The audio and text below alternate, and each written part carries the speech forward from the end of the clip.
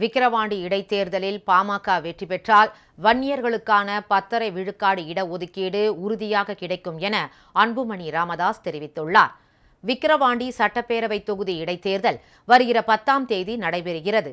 இதில் பாமக சார்பில் போட்டியிடும் அன்புமணி தீவிர பரப்புரையில் ஈடுபட்டுள்ளார். இந்நிலையில் பாமக வேட்பாளரை ஆதரித்து கயத்தூரில் நடைபெற்ற பரப்புரை கூட்டத்தில் பாமக தலைவர் அன்புமணி ராமதாஸ் பங்கேற்றார். அப்போது பேசிய அவர், திமுக வெற்றி பெற்றால் அக்கட்சி வேட்பாளரும் அவரது குடும்பமும் மட்டுமே நன்மை பெறும் என்றார்.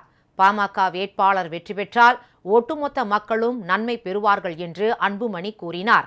மேலும் வன்னியர்களுக்கான 10.5 விழுக்காடு இடஒதுக்கீடு உடனடியாக கிடைக்கும் என்றும் அவர் தெரிவித்தார். திமுக ஜெயிச்சதுன்னா அது ஒருத்தர் மட்டும்தான் நலம் பெறுவார், நன்மை பெறுவார். வேட்பாளர் மட்டும்தான் நல்லா இருப்பார். அன்புமணி வெற்றி பெற்ற ஒட்டுமொத்த இந்த பிள்ளைங்க நல்லா இருப்பாங்க. இந்த பிள்ளைங்களுக்கு படிப்பு கிடைக்கும், இந்த பிள்ளைங்களுக்கு வேலை வாய்ப்பு கிடைக்கும். இந்த டாஸ்மாக் கடைய இந்த அன்புமணியும் சேர்ந்து அதை ஒழிப்போம். உறுதியா நான் சொல்றேன். அதனாலதான் நான் மீண்டும் மீண்டும் கேட்கிறேன். நான் உரிமையா நான் கேட்கிறேன், பாசத்தோடு நான் கேட்கிறேன், பணியோடு நான் கேட்கிறேன், உரிமையா நான் கேட்கிறேன்.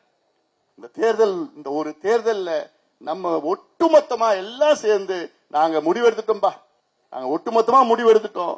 நம்ம வேட்பாளர் ஜெயிக்கணும். ஜெயிச்சாதான் அந்த பயம் வரும். யாருக்கு? ஸ்டாலின் அவர்களுக்கு அந்த பயம் வரணுமா வேணாமா? வரணும்ல.